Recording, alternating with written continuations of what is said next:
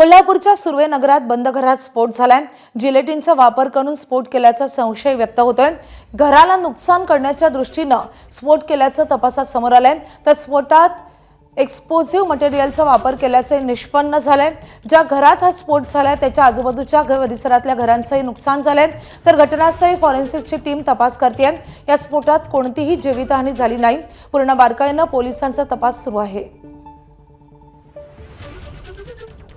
Plot number 67 आहे कळंबामध्ये सुर्वेनगरमध्ये। तिथे एक शशिकला बोडिस्कर नावाची महिलाचे 1 वर्षापूर्वी मृत्यू झाले होते आणि 1 वर्षापासून ते घर बंद होता। प्राथमिक तपासमध्ये निष्पन्न होत आहे की घराला नुकसान करण्याच्या दृष्टीने इथे कोणते ब्लास्ट मटेरियलचे एक्सप्लोजिव्ह मटेरियलचे यूज झालेलं आहे। फॉरेन्सिकची टीम पण सध्या घटनास्थळावर उपलब्ध आहे आणि बंद घरं असल्यामुळे कोणतीही जीवितहानी झाली नाही आणि फक्त घराचे नुकसान झाले आहे आणि या मॅटरमध्ये पूर्ण बारकाईने आमचा तपास सुरू आहे। तर या स्फोटामुळे झालेल्या नुकसानीचा आढावा घेतला आमचे प्रतिनिधी विजय केसरकर यांनी।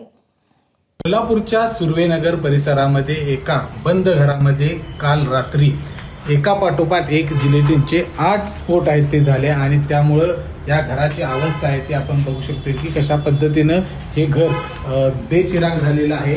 आपण याच घराच्या आणखी काही ज्या रूम्स आहेत त्या रूम मध्ये आपण जाणार आहोत आणि त्यातली देखील अवस्था काय आहे हे देखील आपण पाहणार आहोत। ही आता बघतो आपण ही रूम पूर्णपणे उद्ध्वस्त झालेली आहे कारण या ठिकाणी संपूर्ण जिलेटिनच्या कांड्यांनी हे स्फोट आहेत ते घडले। जवळपास 8 स्फोट आहेत ते झालेले आहेत आणि या स्फोटामागे अशा पद्धतीने सांगण्यात येते की या बंगल्याचा जो वाद आहे या वादावरून हे संपूर्ण जे प्रकरण आहे ते घडलेलं या ठिकाणी दिसतंय। कारण या घराचा पूर्णपणे नष्ट करण्याच्या हेतूनं हे सगळे स्फोट घडवून आणले अशा पद्धतीची माहिती पोलिसांनी दिलेली आपल्याला पाहायला मिळते। तर शेजाऱ्यांच्या घरांची देखील जे काही काचा असतील खिडक्यांच्या त्या देखील फुटलेल्या आपल्याला पाहायला मिळतात। म्हणजे हा जो वाद आहे ते या बंगल्याच्या वादावरून हे संपूर्ण घडलेलं आपल्याला पाहायला मिळत आहे आणि आता पोलीस इथं येणाऱ्या सगळ्या सीसीटीव्ही कॅमेरे असतील या सगळ्याची तपासणी करणार आहेत।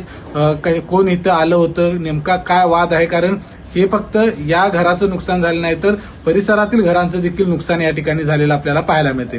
कॅमेरामॅन अविनाश पाटीलसह विजय केसरकर, एबीपी माझा, कोल्हापूर। एबीपी माझा, उघडा डोळे बघा नीट।